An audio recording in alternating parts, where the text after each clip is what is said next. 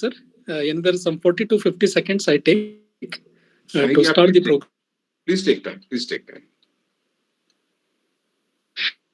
Before I start the program formally, let me speak. Let me take up some information about Dharwad Katte. Dharwad Katte has started its own website, that is www.dharwadkatte.com. This website is available on internet.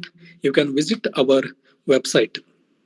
One more information is that Dharwad Katte has started a journal. It is a bilingual journal where original writings, poems, short stories, critical notes are most welcome.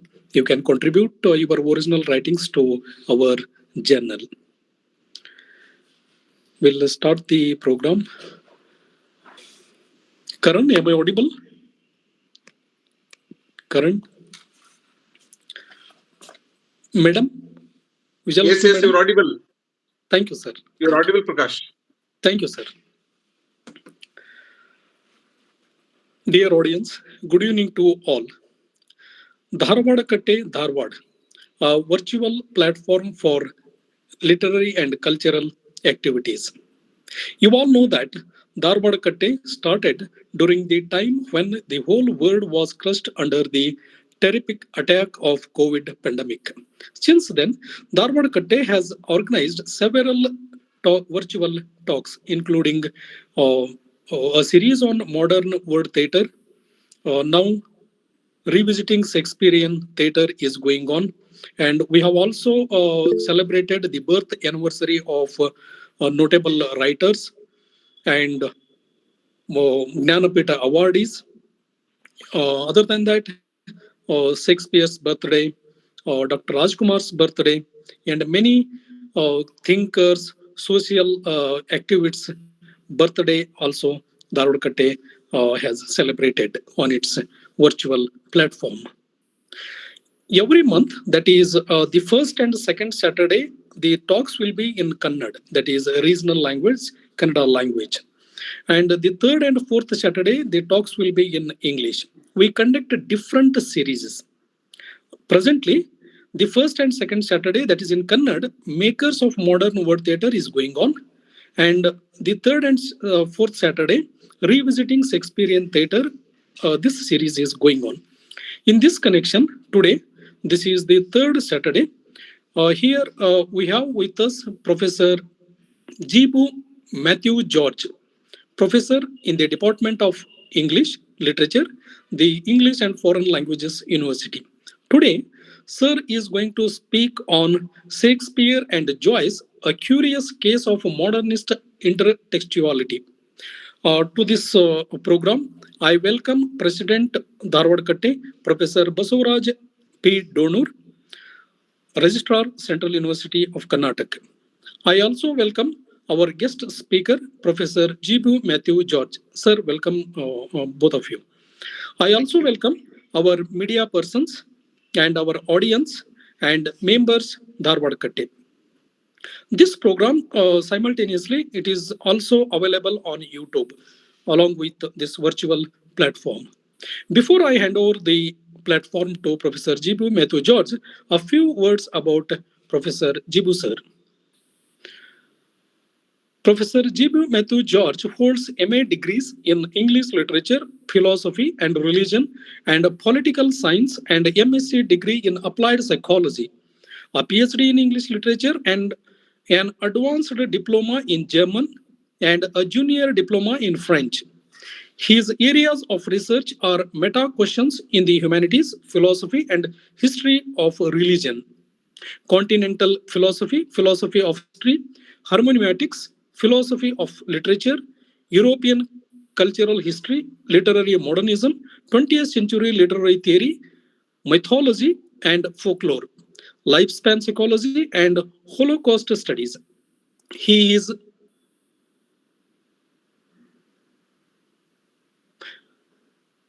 He is author of three books: Ulysses, Quotidianus, James Joyce, Universe Histories of the Everyday, published in 2016. The Ontology of Gods, an account of enchantment, disenchantment, and re-enchantment, published in 2017. And Philosophical Meta-Reflections on Literary Studies, Why Do Things with Texts and What to Do with Them, published in 2019.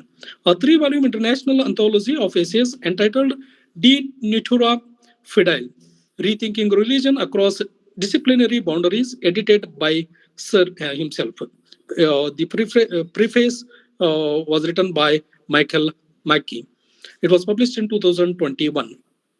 Greening Literature, Anu, Musings on Ecotextuality, from South India, a volume co-edited by him, is in press now. He featured in the Oxford Academic Index of Critics in 2018. He was a research fellow at the James Joyce Foundation, Switzerland, in 2008. In the same year, he has received a DAD scholarship for studies at Technischen Universität Dresden, Germany. He is editor of the literary studies issues of the English and Foreign Languages Journal and pre-publication reviewer for Spinger, Orient, Black Swan, Hyderabad, and so on. We are very much pleased to listen to Professor Jibu Mathew George. As I mentioned earlier, Sir is going to speak on Shakespeare and Joyce, a curious case of modernist intertextuality. Over to Professor Jibu, sir. Sir, please. Yeah. I hope I'm audible Yes, without. sir, you were audible, sir. Yeah. So thank you very much for having me with you this evening. And it is indeed a pleasure to be with you, although in virtual space. And I say this not merely as a matter of courtesy. I'm told that we have a Q&A segment after the presidential remarks, and I look forward to your questions and observations. One of the constants of my talks these days has been a realization that there is a churn going on in higher education, especially in the humanities, including literary studies. How do we become part of this churn? We have a national education policy in place. How can we usher in a qualitative change? Well, one of the ways in which we can do this is to change the discourse, the way we discuss things, including literary topics, at least partially, whatever the topic, right? So let me also begin on an offbeat track. As the flyer says, today we are taking up for discussion an intertextual connection between Shakespeare and James Joyce. And I'll come to the theory of intertextuality, various shades and types of intertextuality in a while. But first, as I promised, something offbeat, an anecdote and two caveats. One anecdote and two caveats. A few months ago, I was handling a session on creative writing. Okay, and it had about 20 participants, and one of the participants, a very articulate student, she shared her writing experience in the session. This is what she said: all my characters are super smart, or I have made them super smart. They are eloquent, they are ebullient, they are vigorous. And then she shared a worry that she had as a writer. And this was her worry. Shouldn't there be some variation among characters? Shouldn't I make at least some characters a little dull? And she asked if she could look up to some writers who have encountered this problem and who dealt with this problem in their own ways. Then I immediately responded, you don't have to look far away. Shakespeare is like that. In fact, Shakespeare was very energetic in the creation of his own fictional worlds. He was energetic to such an extent that Ben Jonson, his contemporary, said something in Latin, Suffla minandus erat. Have you heard that anytime? Suffla minandus erat.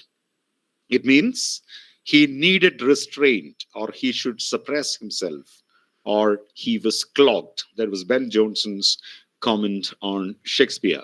And we know that Johnson was not very charitable with regard to Shakespeare. So now we are 400 years past Shakespeare's century, and we might have our own sense of literary virtues. And if you are, I mean, I'm sharing my personal preferences, okay? If I look for a vision, a kind of vision that an author can grant us, I would turn to Milan Kundera, right? If we are looking for intricate plots, we can turn to someone like Henry James. And if it's fiction, building your own imaginative fictional world brick by brick is a great challenge, as those of you who are into creative writing will know. World creation. So if it's world creation, we can turn to someone like Gabriel Garcia Marquez. And jokingly, we say in our classes, if you're looking for the best boys, we can turn to Dickens. And if you're looking for the best women literary characters, we can turn to the French writers. If we go by this, what are those qualities that we can remember, recollect, and cherish in Shakespeare? Trying to say something about Shakespeare, because he's part of the canon, would be like preaching to the choir. But still, if I were to identify two qualities in Shakespeare, remembering him after 400 years, it would be linguistic earnestness, the energy with which he uses language, the liveliness of language. And the second quality is plenitude. I would consider these two would to be the foremost, the qualities, not just Shakespeare, but the two writers we are considering today shared. And what is plenitude? The richness of the world of his plays. And James Joyce wrote in Ulysses, his magnum opus, after God, Shakespeare created most. After God, Shakespeare created most. And today I'll be focusing mostly on one of Joyce's works, which is one of his greatest. If you look at the list of best literary works in the last 100 years, you would certainly find this book, Ulysses, right? Which is a book with the help of which Joyce extended the frontiers of fiction. Right? So in the beginning, we will look at some superficial connections. Ulysses, the masterpiece, the magnum opus, was published by Sylvia Beach's Shakespeare and Company. That is the name of the publishing firm, Shakespeare and Company. So even in the name, there is Shakespeare. Those of you who have watched Richard Linklater's movie Before Sunset, you might have at least heard about Richard Linklater's trilogy, Before Sunrise, Before Sunset, and Before Midnight. And in the second film in the series, Jesse, an American, comes back to Europe, and he has his book signing ceremony in a bookshop in Paris. It is Shakespeare and Company. I visited that myself. And in the evenings, weekend evenings, you'll find readings of literary text. Okay. I can, of course, mention some less noticed connections. For instance, in the Cyclops episode, Joyce's Ulysses chapters, we usually denote by the term episode rather than chapters. So in the Cyclops episode, you find an unnamed narrator, somebody who's narrating the story. He's a collector of bad debts. He uses a bit of foul language. And critics have pointed out that this character is modeled after Thersites. Thersites is a Greek character. He's a soldier who fought in the Trojan War, and he appears in Shakespeare's Troilus and Cressida. He's a fool-like figure. Bear in mind that Shakespeare's fools are not foolish. They're wise characters. So they turn a mirror to the main characters. You remember King Lear's fool, right? So Thersites is comic. he's bitter, he's caustic, he's scornful, and overtly abusive. And critics have found out this connection between the unnamed narrator of the Cyclops episode of Ulysses. I'll speak about the novel in a while. So between the unnamed narrator of Cyclops episode and Thersites in Shakespeare's Troilus and Cressida, you can multiply such similarities, such connections, such borrowings. In fact, Vincent John Cheng, a Joyce critic, has written an entire book on these connections. It's called Shakespeare and Joyce, a book by Vincent Cheng.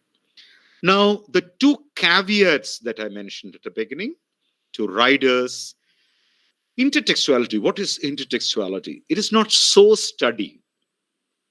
So those of us who are familiar with most of the plays of Shakespeare will certainly look for sources, right?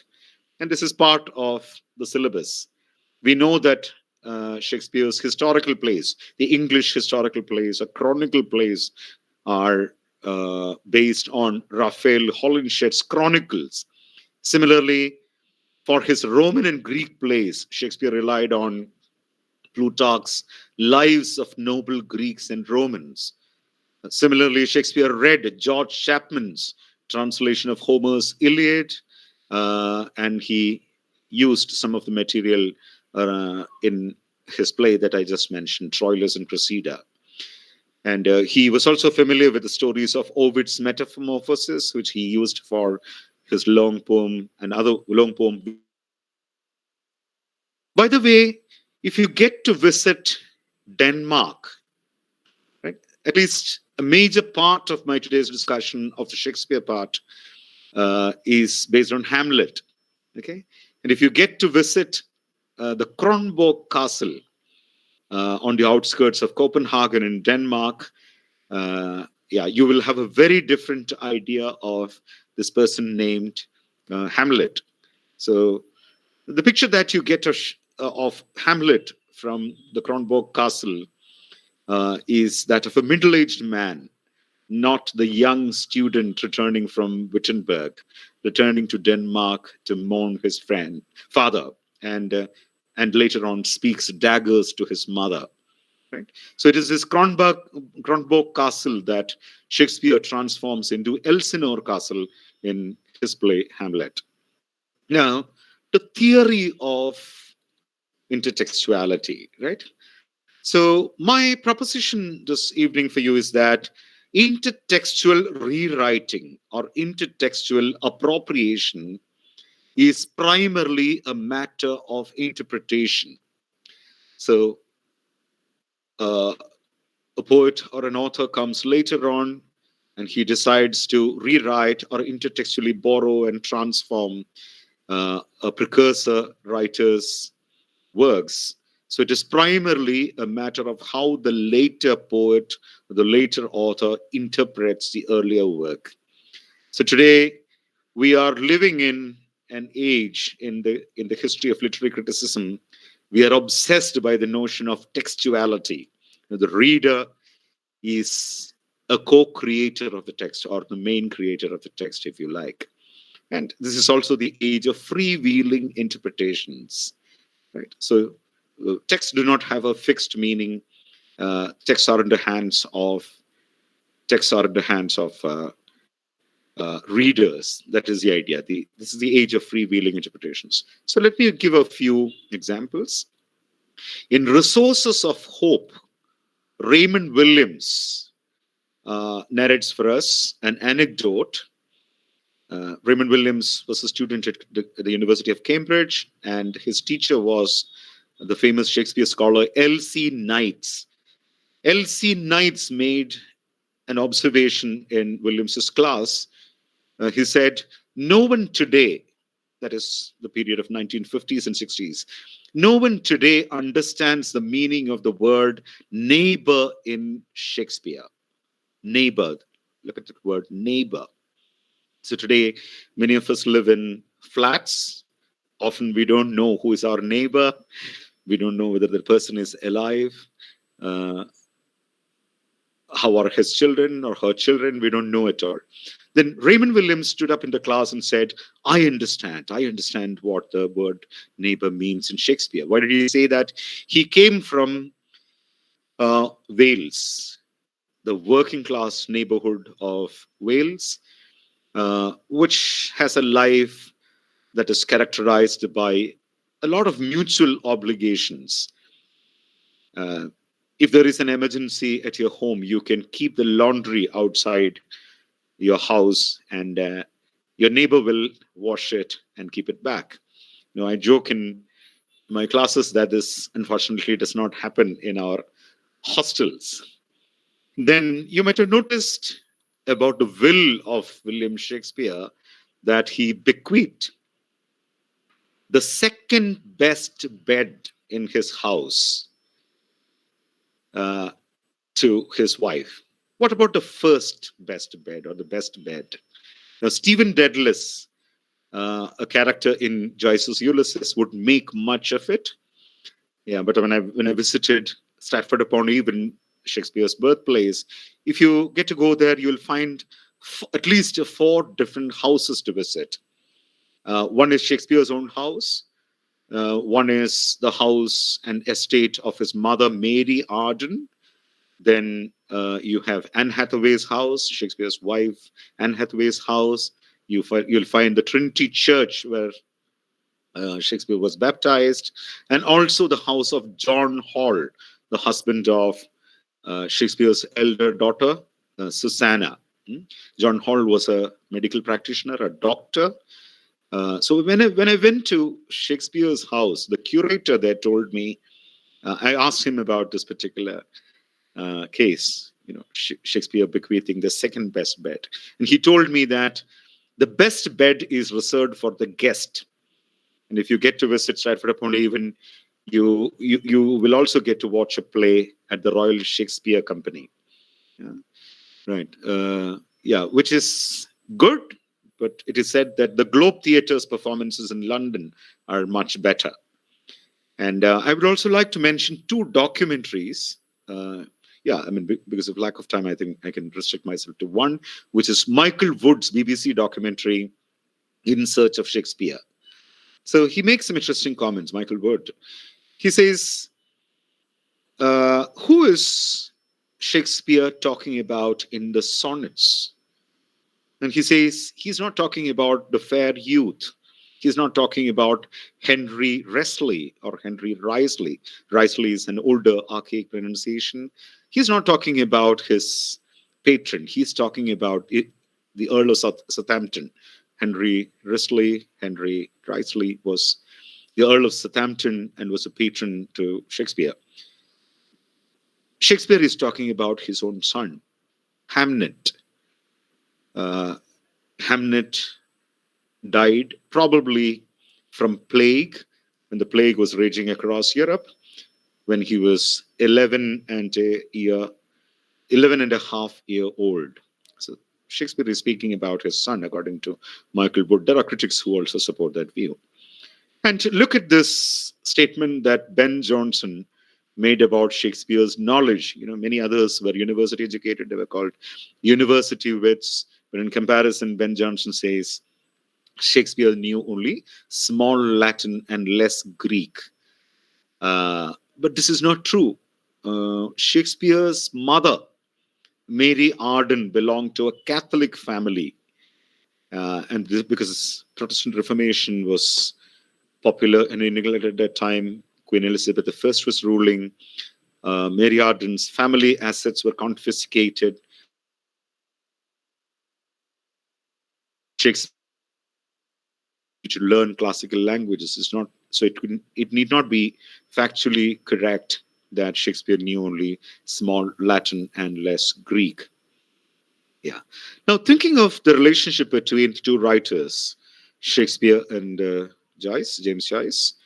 So I'll be confining myself primarily to Ulysses, although I have a few things to say on Joyce's earlier novel, A Portrait of the Artist as a Young Man. Ulysses is set in Dublin, and its narrative is restricted to one day, 16 June 1904. There are three major characters and a lot of ordinary people in Dublin. The three major characters are Leopold Bloom, who is an advertising canvasser, Stephen Dedalus, an aspiring poet who reappears in Ulysses from Joyce's earlier novel, A Portrait.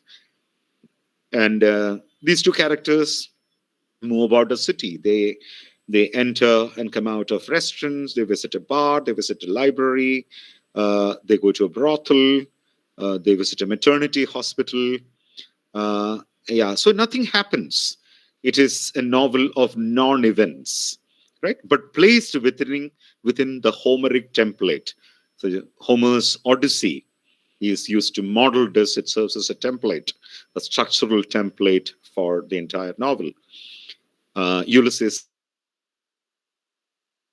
is the Latin version of Greek Odyssey. And as we know, this also extensively uses what is called the stream of consciousness technique. But I would prefer the term interior monologue to denote the technique of the novel, this novel, and many other works. And interior monologue is a term coined by Valery Larbo, Joyce's friend and another modernist. Okay, yeah. So other influences. Joyce was much influenced by Elizabethan lyric. You'll find the influences in two of his poetry collections. The first is Chamber Music, the first collection of, yeah, by the way, Joyce also wrote poetry. And you have two collections of poetry in his name. The first is called Chamber Music, and the second is Poems Penny Each, Pomes, Poems Penny Each. Now, let me clarify the theory of intertextuality. Perhaps an interesting work that you can look up is Gerard Genet's book called Palimpsests, and its subtitle is Literature in the Second Degree. Yeah, Literature in the Second Degree. Yes. Yeah, thank you for those comments. I'll respond to what you key in the box after this, after the talk. Yeah. So Gerard Genet's Palimpsests is an interesting work on the notion of intertextuality. You know what palimpsests are? So these are manuscripts. So when you don't have sufficient space to write on these scrolls, you overwrite them, right? Still, the older writing shines through the new writing.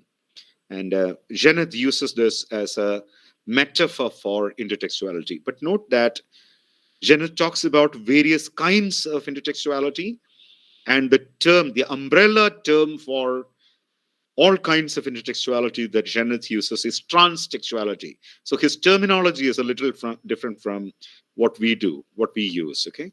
So what is intertextuality? Intertextuality is simply a subtype of transtextuality. These are small scale borrowings, especially quotations of other fragments from previous works. And Ulysses is laced with Shakespearean quotations. Perhaps one of the earliest Shakespearean quotations that you can find there is, I am thy father's spirit, doomed for a certain term to walk the night. It is from? Which play is it from? I'll ask you some questions.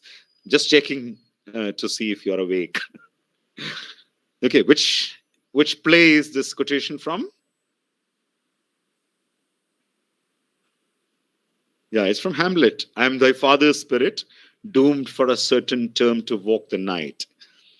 And Ulysses opens in a tower called Martello Tower.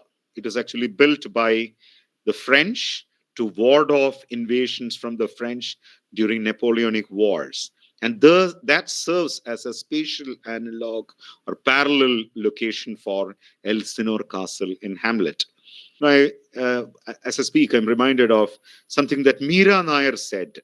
Meera Nair made a film out of Jhumpa Lahiri's The Namesake, and she said that whenever she looks at Brooklyn Bridge, she's reminded of the Howrah Bridge. So there are spatial analogs in both literature and cinema.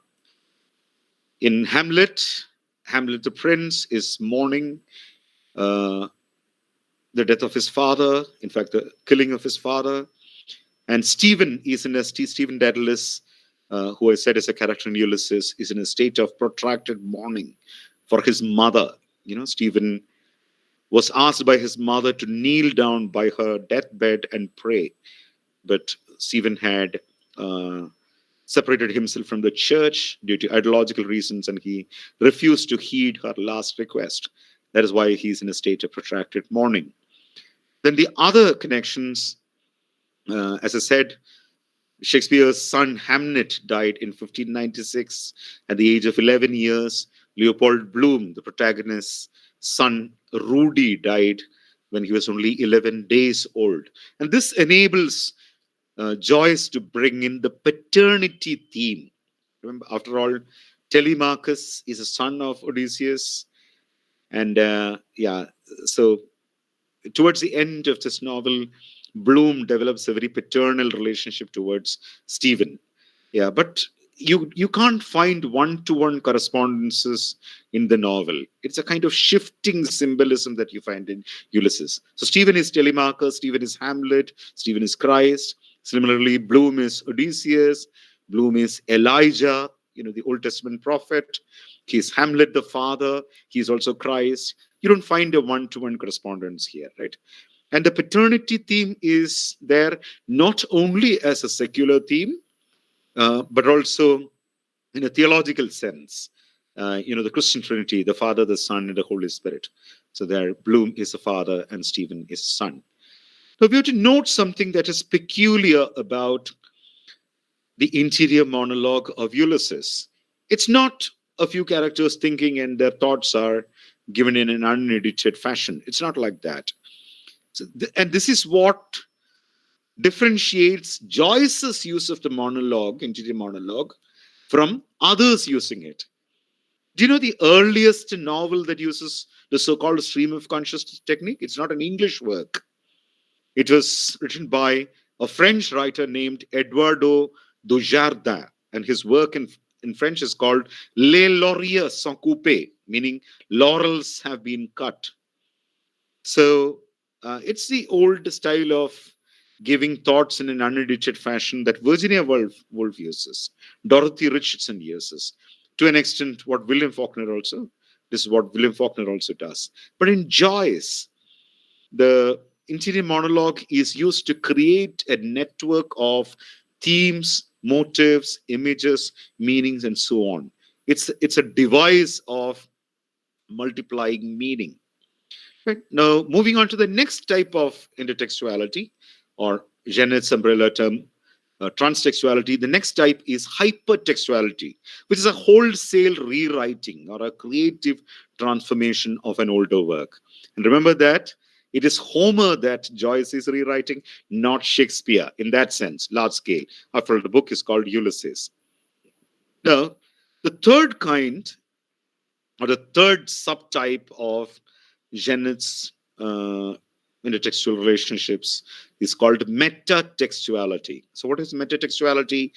Commentary or criticism about another work. So Carolyn Spurgeon writing about imagery in Shakespeare, Greenblatt offering a new historicist reading of Shakespeare. These are all cases of metatextuality. So the relationship between the original literary text and the criticism or commentary that is written on that text is called metatextuality. And I'll be speaking about a particular chapter in Ulysses. It's called Scylla and Charybdis.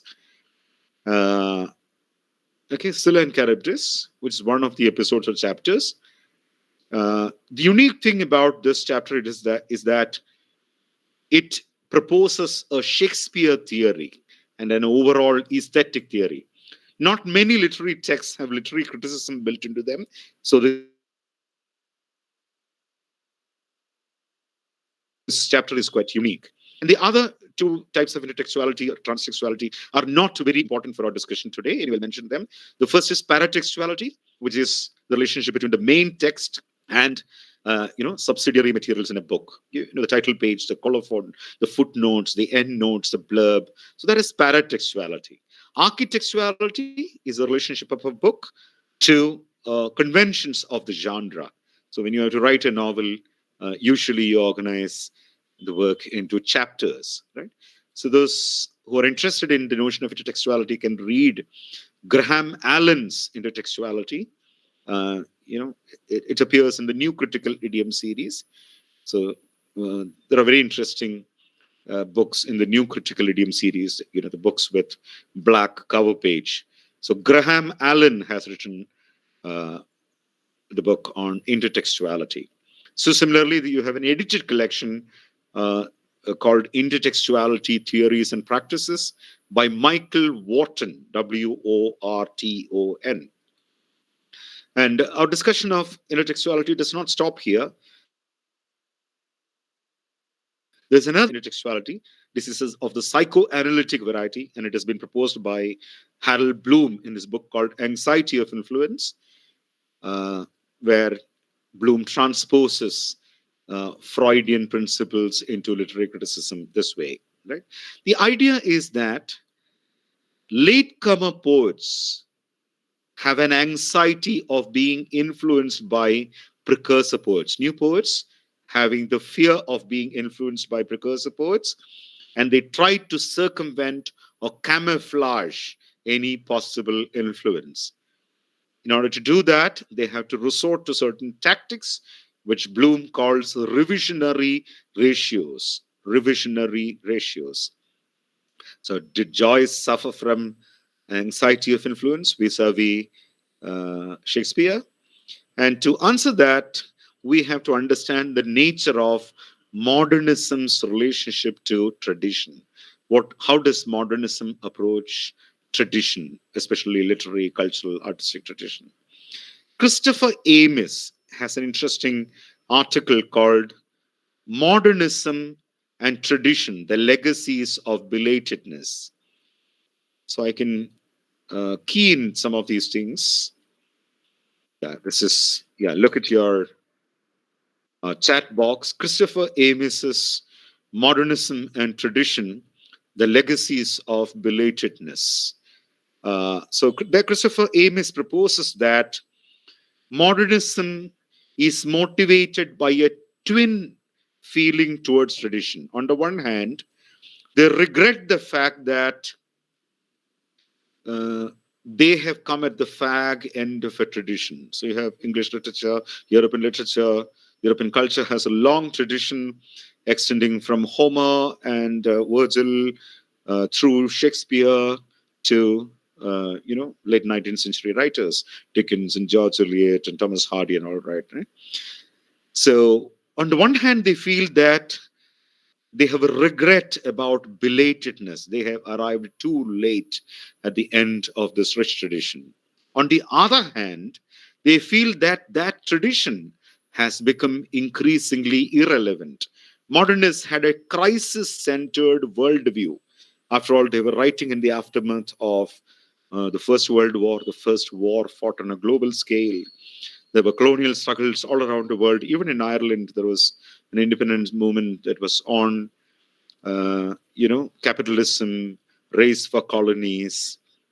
So, in that final crack up of European culture, people felt that that old tradition was increasingly becoming irrelevant.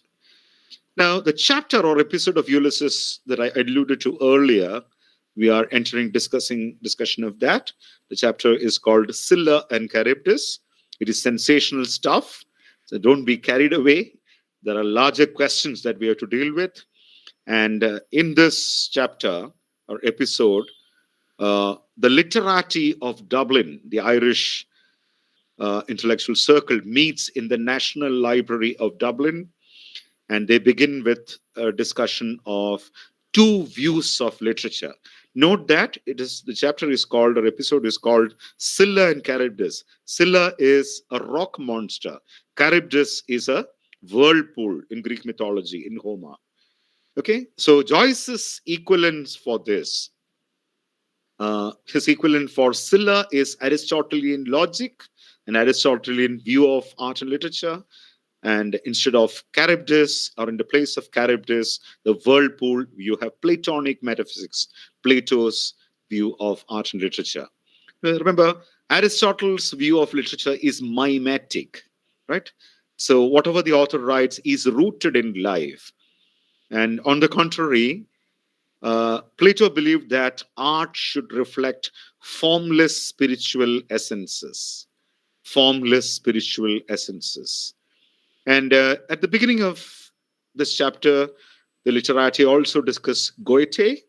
Goethe is Germany's Shakespeare. Germans would place Goethe's Faust alongside Shakespeare's works. Goethe is their national pride.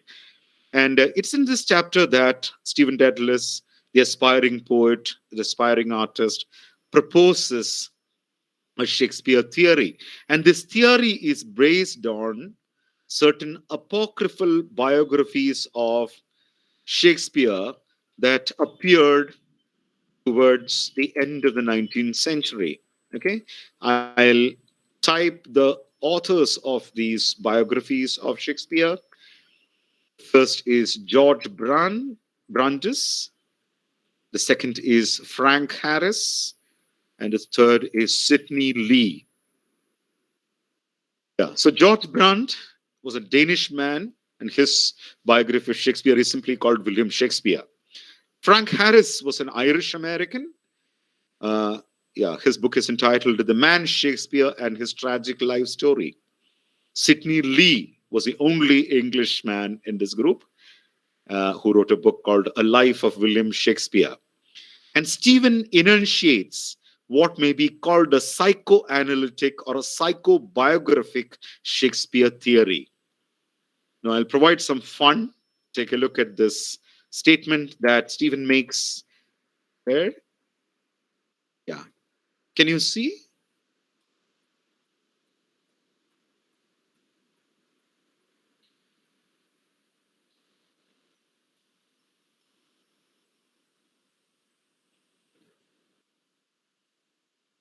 Take a look at this statement. If others have their will and Hathaway. Check the pun.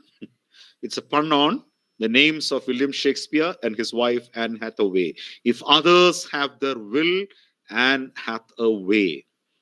Yeah, you can endlessly pun on that.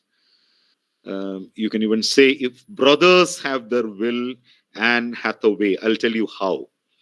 The psychobiographic theory is that Shakespeare was seduced by Anne Hathaway, who was 8 years his senior. He was overborne in the rye field by her.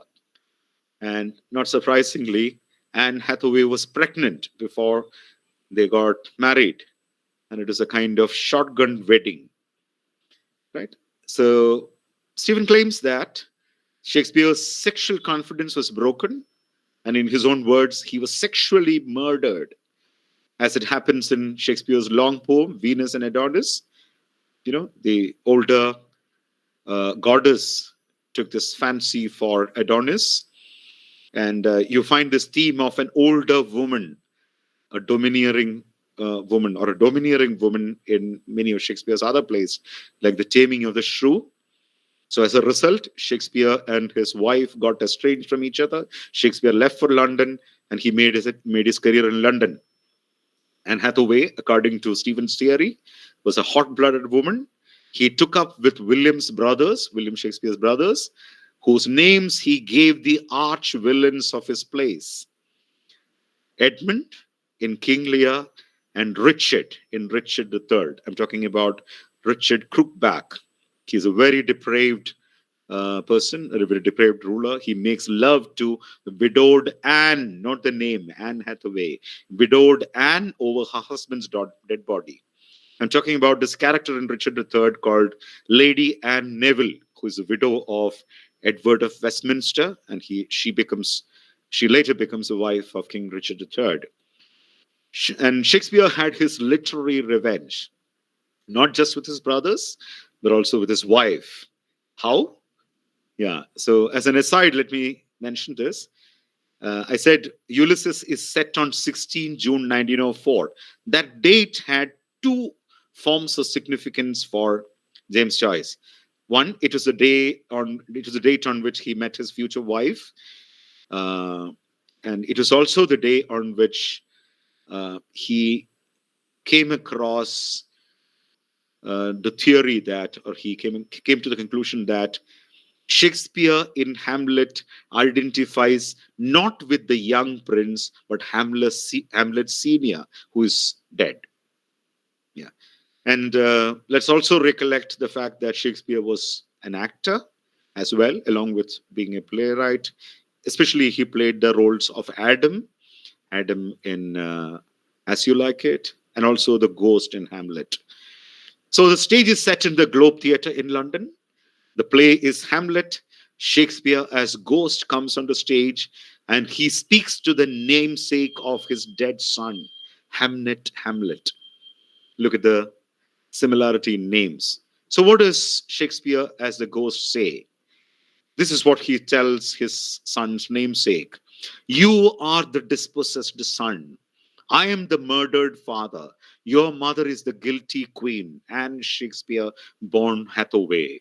In short, I am wrong. I am wronged. Avenge your father. I have been wronged against. Your mother committed severe crimes against me. Okay, I'm wronged. Avenge your father. And as Stephen puts it, not for nothing was he a butcher's son. Remember, there is this theory or information that Shakespeare's father, John Shakespeare, was a butcher.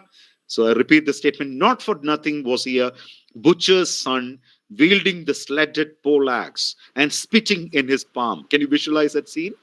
9 lives are taken off for his father's one. The other theory is that Shakespeare's father was not a butcher, but a glover, a maker of gloves. But Stephen is a little mistaken here.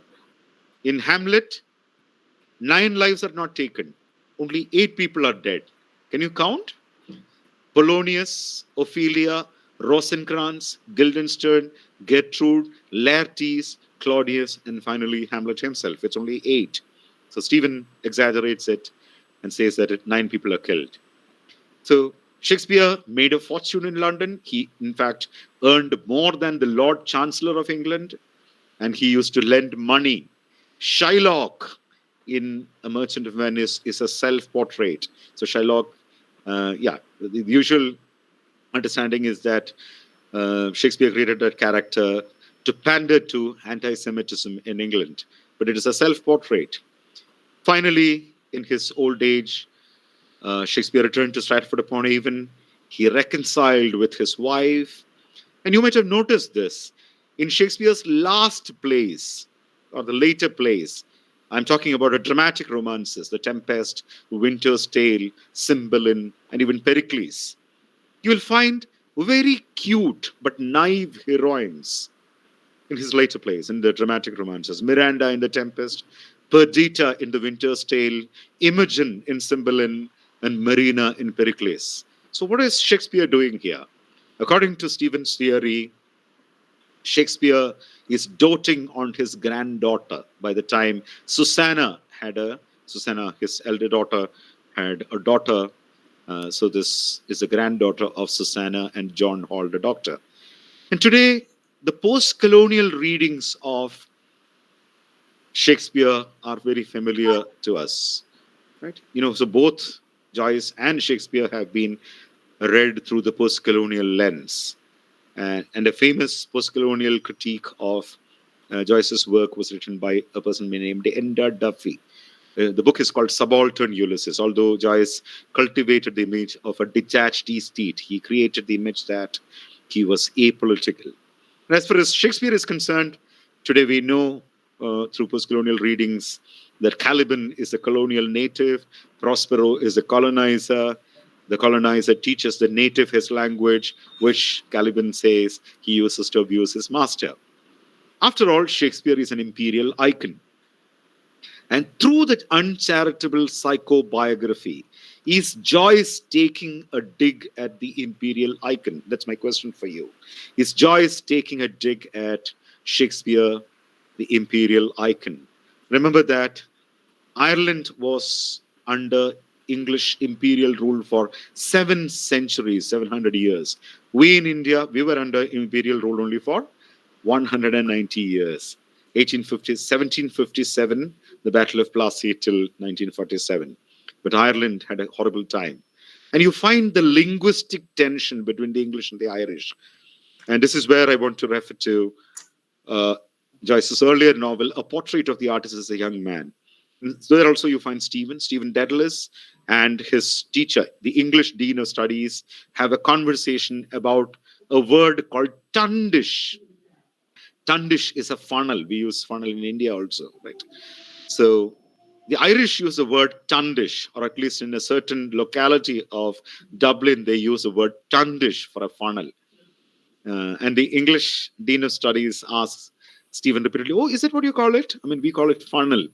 And Stephen seems alienated. The same words they utter, they seem different on different tongues. And how did Joyce respond to that? He rendered English as a language unrecognizable. The last chapter or episode of Ulysses, it's entitled Penelope, after Odysseus' wife. It consists of 8 sentences running to 55 pages. And in a sense, we can say that Joyce blasted the Oxford English Dictionary. Yeah, but it's not all. Here we have a larger question. Do we read texts for aesthetic or political reasons, or aesthetic and political reasons? Of course, any text or author can be hyped. Of course, political factors are involved. But here is a rider. Often the aesthetic is reduced to the political. The two categories are collapsed into each other. And this becomes a kind of reductivism, rendering one thing as another. And here it is rendering the aesthetic in terms of the political. How do we deal with this reductivism? Can we do away with this reductivism? And I've tried to deal with this conundrum, the aesthetic and the political, in a Joycean, impish way, in a passage of my book, whose title was read out in the introduction, Philosophical Meta-Reflections on Literary Studies, Why Do Things with Texts and What to Do Them. You can Google there. You can Google my name or this book. You'll easily find it. And listen carefully. This is what I say in the book about the aesthetic and the political, the politics of teaching Shakespeare. Listen carefully. So Shakespeare, in Shakespeare's own words, or Mark Antony's words, lend me your ears. Yeah, this is what I have written as a solution to that conundrum. If teaching Shakespeare was part of the Empire project, and if we still think his plays have enough merit in them to be studied, we can continue with him despite the political ends they served. Here we choose the aesthetic over the political. If we do away with him despite his merit, we do so on exclusively political grounds. If we think that he was an overhyped, mediocre playwright and we abandon him, we do so for aesthetic reasons. If we think that he was a mediocre playwright, hyped by the discourse of the empire, and we abandon him, we do so for aesthetic and political reasons. If we abandon him because there are other writers who are equally meritorious, it implies that the literary canon is too full, the curriculum too large, and some writers will have to be dislodged from it, that is, from the literary canon. Yeah, but that is to overemphasize the colonial aspect of Joyce's and Shakespeare's writing. I say this because Joyce was not a fan of Irish nationalism either. Right? I told you that during the time when Joyce was writing Ulysses, the Irish struggle for independence was at its height. And so Joyce was not a fan of Irish nationalism either. Or, for that matter, the cultural side of it, called the Celtic Revival. Yeats was a participant in that. Lady Gregory was a participant in that. So how did Joyce deal with it? Joyce is a very cosmopolitan writer. He does not confine himself to Irish stuff. Of course, he writes only about Ireland, but he borrows from everywhere under the sun. Okay, I'll give you an example. Yeah, so when the Dublin Literati gathers in the National Library where this Shakespeare theory discussion takes place, Stephen cuts a lonely figure. Remember, Stephen is a very autobiographical character, but not Joyce as such, but Joyce in his young age. Stephen is young Joyce in a way. So he cuts his lonely figure. Despite his talent, despite his eloquence, He considers himself isolated in the Dublin literary circles. And this is what he says. Take a look at these words. Again, I'll type these things in the chat box. Yeah. Cordelia, Cordolio, Lears, Menon, and Maclair. Obviously, the Shakespeare references to Cordelia, King Lear's daughter. Stephen imagines himself as Cordolio, a male Cordelia, right? And Lear's, Menon, and Maclair. Yeah, there's a pun there. You have King Lear and Menon and Maclair clubbed into a single phrase. So Menon and Maclair was the Gaelic or Irish god of the sea. So the idea is that despite being honest and faithful and deserving, Cordelia is sent away. So despite his talent and perseverance and eloquence, Stephen is spurned or banished like Cordelia. Right. So Stephen combines, or Joyce combines, various heritages: Homeric, biblical, Gaelic, Shakespearean. So Shakespeare is only one part of Joyce's cosmopolitanism. And an idea that is closely related to what I said just now is, which is another conspicuous aspect of Stephen's aesthetic theory, which is the notion that the artist has to be androgynous. We know androgyny in botany, right? Which means having the characteristics of both male and female. In common parlance or in literary parlance, we have got both masculine and feminine aspects in ourselves. Carl Gustav Jung, it is Carl Gustav Jung who once said that our identities are on a continuum. There is no pure masculinity, there's no pure femininity. A man has a feminine component in him, it is called anima. A woman has a masculine component in her, it is called animus. So Stephen just stops short of saying that Shakespeare was bisexual. But how could he create, such lively heroines like Viola, Rosalind, Lady Macbeth, Beatrice? The Italian pronunciation of Beatrice would be Beatrice. That's also a name taken from Dante. Beatrice, or Beatrice in English, who is a character in Much Ado About Nothing. This cannot be entirely male fantasy, right? So Joyce was also able to do that, right? In the last chapter of Ulysses, Molly Bloom, who that afternoon her adulterous rendezvous, finally in her thoughts decides to give her husband Leopold Bloom a second chance. And the reason that she gives for this is Bloom understands what a woman is. So it's not surprising that Joyce was a favorite of the French feminist critics, Hélène Cixous, Luce Irigaray, Julia Kristeva. Right? I think there is some noise in the background. Can you mute yourself? I'll finish in 5 minutes. Huh? Yes. Okay, so a related idea. Stephen ends his Shakespeare theory and thus his aesthetic theory with the question that he asks himself: who will woo him? Who will court him as Anne Hathaway wooed Shakespeare? And in Joyce, I should say, a sensual woman is symbolic of the fecund and comprehensive reality of life. So Molly Bloom, whom I mentioned, a character in Ulysses, is such a figure. And I would like to read out to you a passage from A Portrait of the Artist as a Young Man. Stephen almost becomes a priest in the Catholic Church, but then he changes his mind and decides to become an artist, a priest of eternal imagination.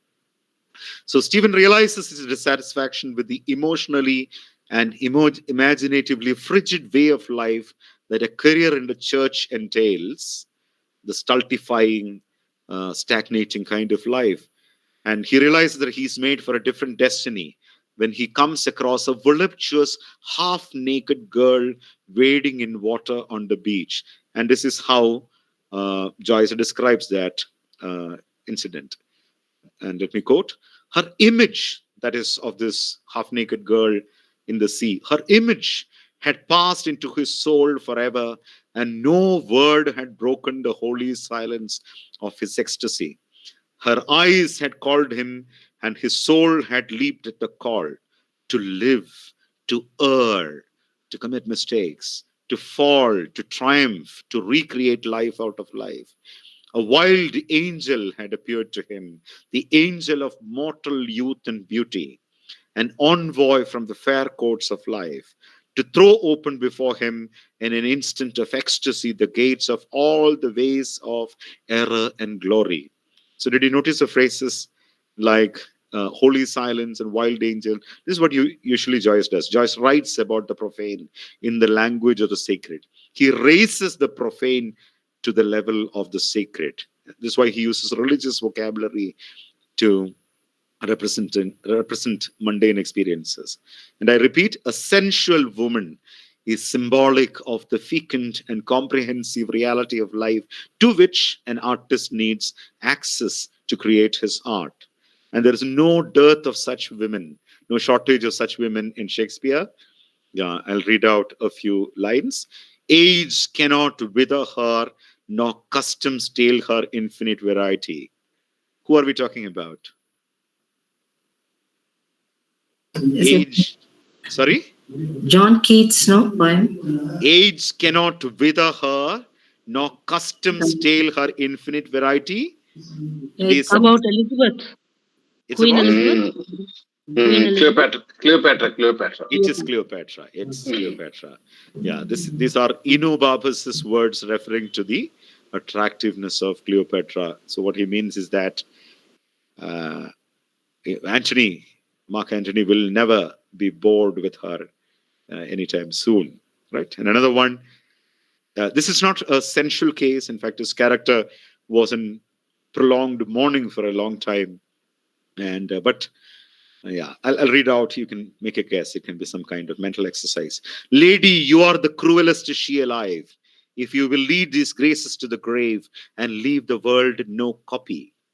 Lady, you are the cruelest she alive. If you will lead these graces to the grave and leave the world no copy.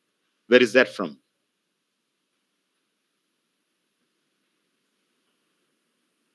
Would anybody like to answer that? Who says this about whom? I'll repeat this if you want. Lady, you are the cruelest she alive. If you will lead these graces to the grave and leave the world no copy. This is Viola rebuking Olivia for rejecting Count Ursino's marriage proposal. Which play? Which play? It is? No response? It's Twelfth Night. Okay, I'll stop here. Thank you. Yeah, so I'm told that we have the presidential remarks, and after that, perhaps we'll have a few minutes for questions and observations. Yes. Thank you, sir. Thank you so much. Thank you so much, sir. Yeah. I request Welcome. President Dharwad Katte, Professor Basuraj Donur, sir, to speak a few words. Sir, please. Uh, Good evening to you. Am I audible, Dr. Prakash? Yes, sir, you are audible, sir. Please.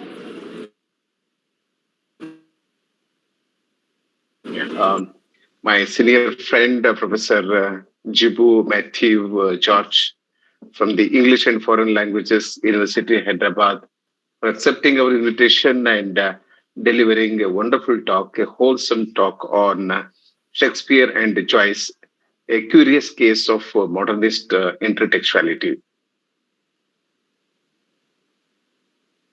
Professor George accepted our invitation and spared his valuable time with us, talking to the members of Darwin Katte on and about Shakespeare and Joyce in terms of intertextuality.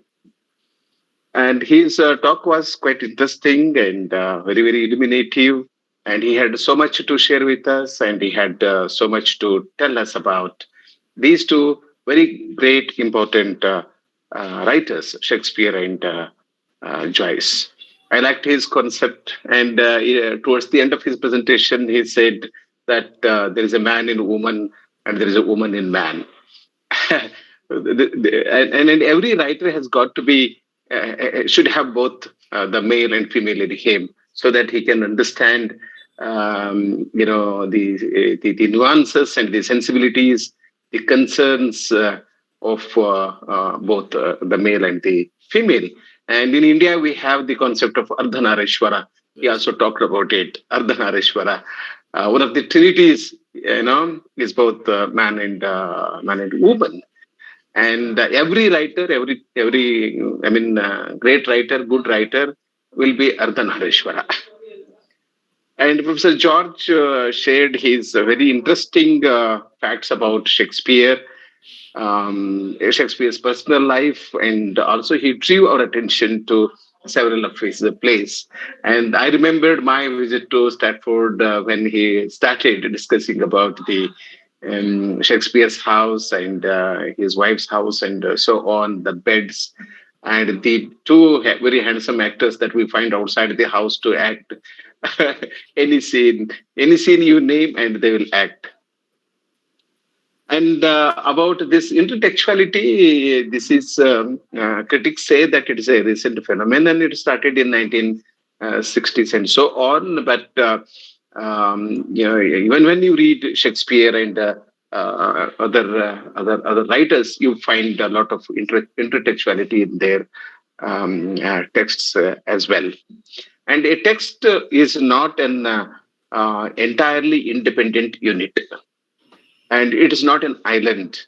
It's not one single whole entity. That's what intertextuality is all about. So the meaning of one text changes when we relate to another text. So when we read a text, the other text influences us. That's very interesting. This is what he has argued in his presentation. So when we read one text, the other text, influences the way we understand the given text.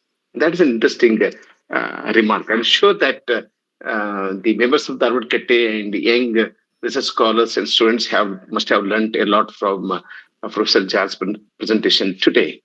And we know that intertextuality has something to do with Bakhtin's dialogism and Barth's text theory.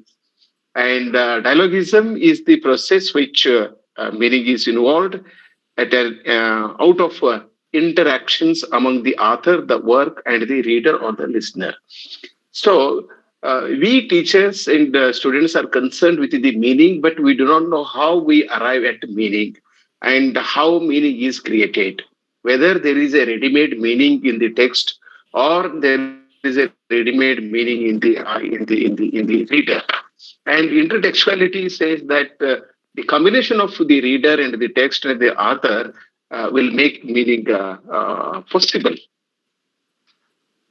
So, and Professor George explained intertextuality in the context of modernism.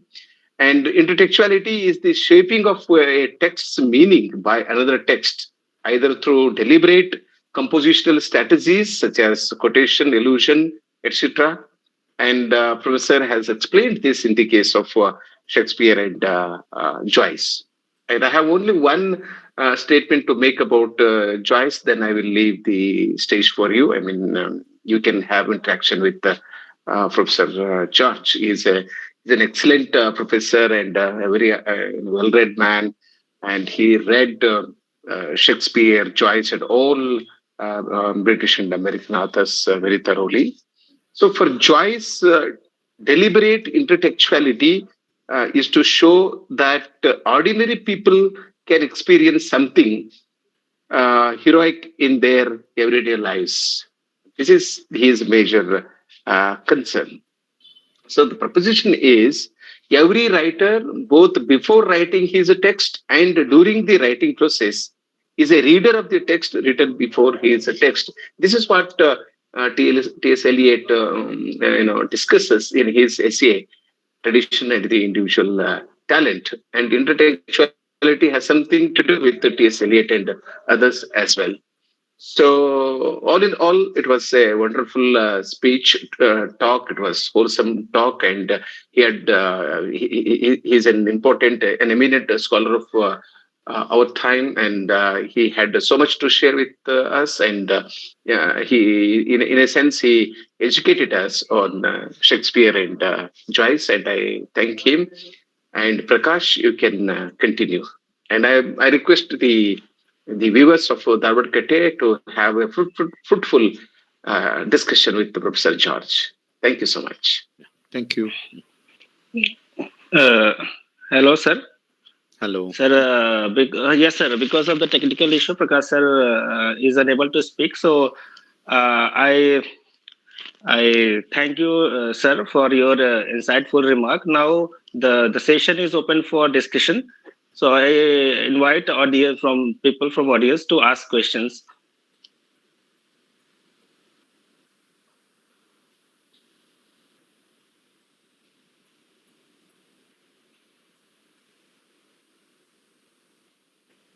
Question in the chat box. You please take it up.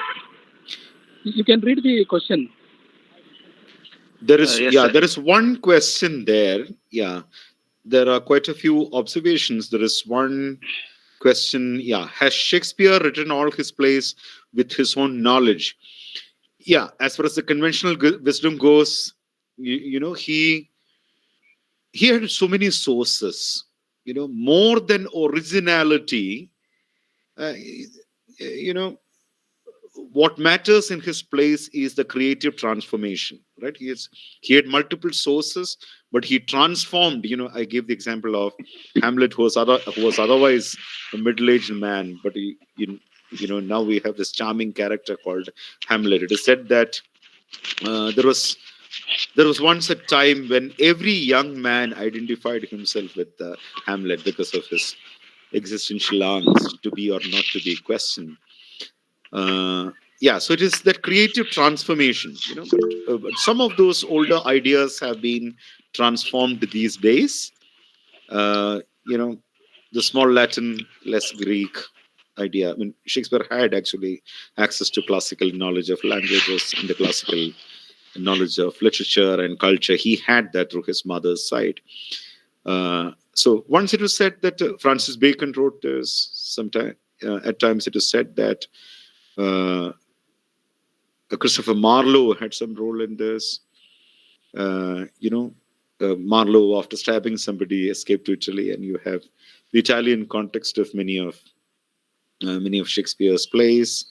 So it is more a creative transformation rather than originality. There were, namesake sources, nominal sources, but these sources were elaborately worked upon, right? This is also said about Homer, right? There were the stories of Iliad and the Odyssey were available in oral form, and it is even suspected whether there was somebody called Homer at all. And I also would like to add to what was stated in the presidential remarks. The notion of intertextuality is quite interesting. I'm really glad that he made those remarks. Yeah, the notion of intertextuality it was introduced into Western or Anglo-American or European literary critical world by Julia Kristeva. It's actually an English translation of Kristeva's term antitextuality, right? And it is strong connections with Mikhail Bakhtin, who proposed the idea of dialogism. And as regards the meaning of a text, if you talk about the death of the author to the Russians, they won't believe it. For them, language, text, these are all socially embedded, very socially embedded. So the author as a person, the author as a social force, multiple languages. Bakhtin has various terms for all these. Many languagedness or heteroglossia, polyphony. Bakhtin is a very interesting thinker, worth reading. And so it comes from that milieu. And look at the etymology of the word text itself. It comes from Latin texere, which means to weave. So you can weave and unweave meanings. Usually when we talk about Roland Barthes, the work that is usually taught is The Death of the Author. But there's another interesting short piece by him. It is included in Image Music Text, the collection called Image Music Text. And the title of this particular article is From Work to Text. So work is something with a fixed meaning. Text is about freewheeling interpretations with the reader's role in it. But when we actually do research, we consider a book both as a work and as a text. So remember the examples that I gave at the beginning. The historical meanings of words. Neighbor, during the meaning of the word neighbor during the time of Shakespeare. Biographical information. Historical meanings of words. Okay, the historical context. So making meaning of text out of text is a very complex, elaborated, creative enterprise. And as far as modernism is concerned, Ezra Pound made this statement: a modernist poem begins with an and. It is always a continuation. It's the same Pound who also coined and introduced the slogan, make it new. Even when you make new things, right? It always begins with an and. It is a continuation. Yeah. Any more questions or observations? Good evening, sir. Good evening. My name is Sumit. I have a Yes. question for you. Like in the Elizabethan age, there was this elite circle, and I think there's a question related to it in the chat box as well. University wits and the elite circle called Shakespeare as an upstart crow. Mm. And can we, if they are so sure that Shakespeare was an upstart crow, then can we find the intertextual references of those university wits in William Shakespeare's plays? Yes, Yes. of course. Could Yeah. you? Yeah. Uh, yeah. If you look at the sources of Shakespeare's works, As You Like It has borrowed a lot from Robert Greene, and there are similarities between Christopher Marlowe's Edward II and Shakespeare's Richard II. So these examples can be multiplied like anything, right? Yeah, and we have to understand a bit about the early modern period, the Renaissance, and things like that. I think it's worth reading Stephen Greenblatt's. I say this because you mentioned the elite circles. Stephen Greenblatt's New Historicist Reading of the Renaissance. When we were in school or in +2 or undergraduate, at the undergraduate level of our study, we were told that the Renaissance enshrined certain values, right? Celebration of the body, affirmation of life, keenness of intellect, celebration of beauty, an enchanted worldview, a secular worldview, or at least the beginning of a secular worldview, an increasing self-confidence among writers. But there are two kinds of reassessments about the period called the Renaissance. First, uh, Stephen Greenblatt, in the book called Renaissance Self-Fashioning. Renaissance self-fashioning says that all these were actually part of an attempt to secure employment in the court. So this new worldview, increasing self-confidence, this is part of the attempt of the aristocracy to receive patronage in the court. And on the other hand, the second reassessment about Renaissance is that, we initially we get the sense that the Renaissance was a grand scale cultural awakening that affected the whole of Europe. But not everybody was part of it, right? It is the upper class elite, especially male, that benefited by this awakening. Not the common people did not benefit from that. If you're interested in the Renaissance, you must travel to places like Florence. You must look at the Uffizi Gallery there. And these days we have a school of history called Histoire de Mentalité. A literal or calc translation. Calc is a literal translation, word for word translation. It's translated as history of mentality, but a better English translation is history of attitudes, history of consciousness, or history of worldviews, history of what ordinary people thought. That is one branch of studies which is worth undertaking. What did ordinary people think? What were their lives like? The British Marxist historians introduced a concept called history from below, or micro history. Then, if you pursue that line of reasoning, then will come up with a different understanding of Renaissance, Shakespeare, his context, and so on. Yes. Any more questions or observations? Yeah. Yes, sir. Somebody has raised his hand to ask questions. Please go ahead. Yes. Sir, good evening, sir. This is Suresh here. Yes, Suresh. So, what makes Shakespeare relevant even to the current literary scenario? Why he's so relevant for all the ages? And beyond his language and wisdom, do you have anything to comment on this? There are many answers to that question. You must be teaching it during this semester, right? Yeah. Yes. Yeah. So again, I would mention the new historicist reading, right?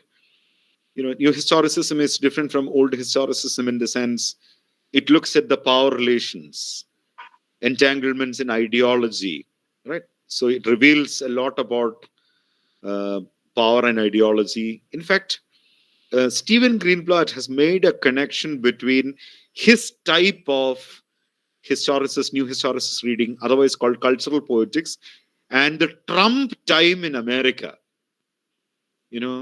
How do you respond to political figures?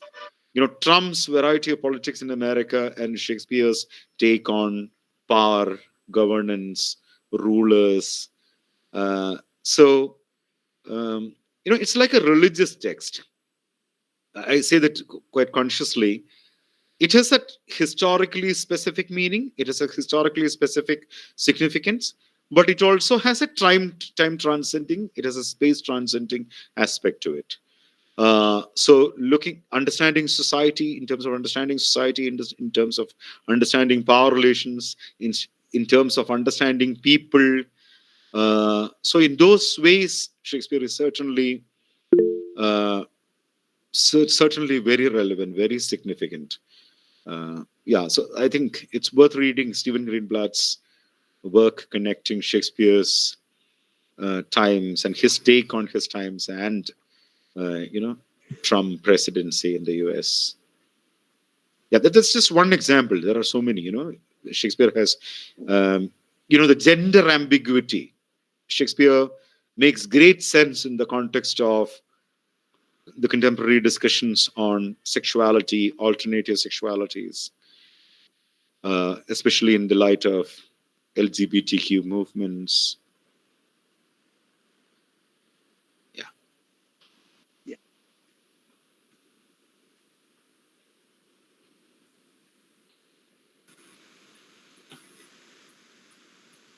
Any more questions? Yeah, Viresh has asked, is Shakespeare a university? No, he is not part of that. There is a reason they did not consider him part of the club. Yeah, there was a club.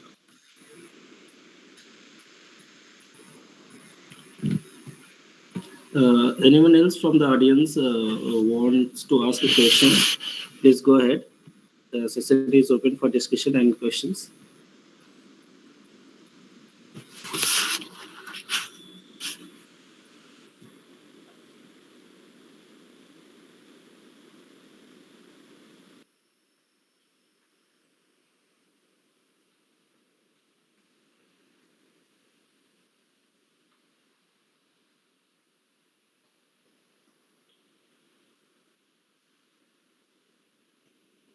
Yeah, and thank you for the complimentary statements in the chat box. Yeah, thank you.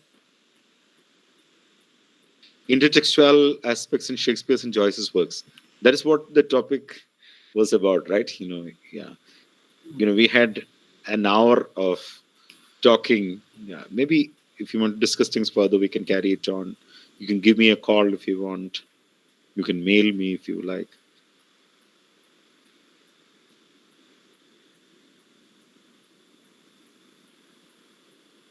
So, anyone from the audience, if you want to ask question, please you can ask.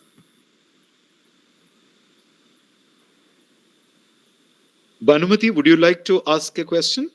What other aspects of intertextuality in Shakespeare's and Joyce's works would you like to discuss? Do Good you have any evening. specific? Yes, sir. Good evening, sir. This Good is evening. Bhanumati from Bangalore City University, Yes, tell me. from German department, actually. Okay. Now, since it was about the theme, is the title is that, but more I expect a little more light thrown on that, like allusions, like Hamlet. If you take Hamlet and Ulysses, and what are the intertextuality which had helped the readers to understand the text much better than, that's what the intertextuality means, right, sir? Were you offline for a moment, for some time? We Uh, we can go back to what I spoke. Yeah. So I was talking about out of 5 different kinds of transtextuality, 2 different kinds. One is metatextuality, the other is intertextuality, which includes what you are saying, allusions, references, etc. So I was saying that I was making the point that because there are allusions, it helps Joyce build networks of meaning, right? So I am thy father's spirit, doomed for a certain term to yeah, walk the night. yeah. It links up with the theme of paternity. Then I spoke about spatial analogy, Elsinore Castle and Martello Tower. Both Hamlet and Stephen are in a state of protracted mourning, right? There's a connection drawn between Rudy, the son of Bloom, and Hamnet, right? Then I spoke about uh, shifting symbolism in Ulysses. Yeah. Yes, sir. But I was expecting, like, for example, Hamlet's indecisiveness is compared to Ulysses, the protagonist, That Uh, everybody speaks about in Shakespeare classes, right? There are, that is the weakness of Shakespeare's tragic heroes, right? yeah. Indecisiveness for Hamlet, wrong judgment for King Lear, ambition for Macbeth, Because Hamlet in Othello, jealousy for Othello. Uh, in the case of Stephen, it's not indecisiveness. He knows what he wants. I okay, mean, Stephen, good that you take these up. yeah, If you yeah, have more questions, I can respond more. yeah. Uh, what happens with Stephen is that Stephen is the archetypal avant-garde artist. He does not want to be part of society. Mm-hmm. He wants to go ahead of, the metaphor called avant-garde, right? It's a military metaphor. Okay. It's a column of the army that goes ahead of the rest of the army, Mm-hmm. launches the attack. So the avant-garde artist is somebody like that. Okay. Avant-garde artist is ahead of the society, who will Okay. go ahead of society, Mm-hmm. will not conform to expectations from society, Mm. but will show society what society can be. That is why Adorno and Horkheimer have talked about the emancipatory potential of modernism. Okay. If you think of Charles Dickens's Oliver Twist, it's a realist reformist novel, right? Okay. Uh, but how does it end with the bourgeois boy getting his patrimony? What happened to the other boys in Mm. Fagin's group? Mm. So there's a lot of theory about modernism on those lines. So Adorno would argue that a truly emancipatory art is not art that engages. It is art that turns away from reality. It's Okay. a negative critique of society. Okay. So Stephen is a type of that kind of social engagement, which is Okay. unlike Hamlet's kind of predicaments. Mm. It's not indecision. Oh. Yeah. But that indecisiveness is like to be or not to be. He always, that's a question he says in his soliloquy. Yeah, you So, also have to take the quotations in Ulysses with a pinch of salt. mm, So Joyce himself used the phrase "joko serious." They are mm, partly comic, they're partly jocose, but mm-hmm, there is also a serious sense about it, in the sense it contributes to meaning. I can go on for hours about this. okay, sir. Yeah, so I'll just make one point. Okay, sir. Uh, See, modern world is one of a trivial mundanity, right? Especially Mm, after the war. mundane, yeah. Life is mundane. Yeah. Nothing has significance. There are so many things surrounding you. People Mm, are traumatized, mm, and through that gap, you have the absurd coming in. So okay. what Joyce does through this is, Mm, didn't speak about it because it was about Shakespeare and Joyce, not mm, tradition and Joyce. mm, mm, Uh, by fitting the ordinary non-events of a single day into the template of Homer, mm-hmm. Joyce is trying to gain some gravity and significance for these non-events. Okay. Originally, it was thought that Ulysses was a mock epic, but Okay. it's not a mock epic. Richard Ellman, Joyce's, it could be a mock epic as well, Mm, but Joyce's biographer, Richard Ellman, mm, who has written that mm, extensive biography of Joyce, said that there is something called ennoblement of the mock heroic. On the one hand, it could be comics and silly, comparing an ordinary advertising canvasser in Dublin with, the fighter in the Greek army, Odysseus. So it's not mock epic. It's unlike, Rape of the Lock. mm, Joyce also ennobles the ordinary people. mm, Joyce ennobles the non-events of every day. I can go to the extent of saying that, Ulysses is one of the earliest novels that shows a toilet. mm, The hero, mm, Leopold Bloom, mm, defecates, shits in front of in front of entire readers. mm, Right? Yeah, so even the small acts, mm, cooking, walking, mm, uh, mm. looking at people getting enriched by the sights and sounds of Dublin. All those small things have a value in life. So that Okay. is the point that Joyce is making. Okay. Whereas Hamlet moves towards, hatred of life. Ulysses is about affirmation of life, whereas Mm, Hamlet is about, disenchantment with life, disillusionment with life. After he learns that his mother has got married within a short time to his uncle, he loses interest in women. He mm, loses interest in the body, right? He has a breakup with Ophelia. mm. Yes, sir. Okay, sir. Thank you so Thank much. you. Thank you for the Thank you so questions. much. Yeah. Yeah. Yeah. So, Thank you, ma'am. Thank you for the question. vielen Dank. I studied in Germany, okay? Bitter. Yeah. Thank you. Anyone else from the audience wants to ask question, please, you can ask. Yeah. So thank you, Kritika. Thank you for all those who have asked or typed questions in the chat box. Yeah, it was a pleasure being with you. Yes, sir. I think we should wind up the Sure. session. Thank you, sir. Thank you for your informative and interesting talk. So I think many of us will be benefited from your talk. So thank you, sir, and I thank to the president of Dharwad Katte and also the teachers, secretary, general secretary, media reporters, and research scholars, and many from the audience. So thank you for joining this session and making it a wonderful talk.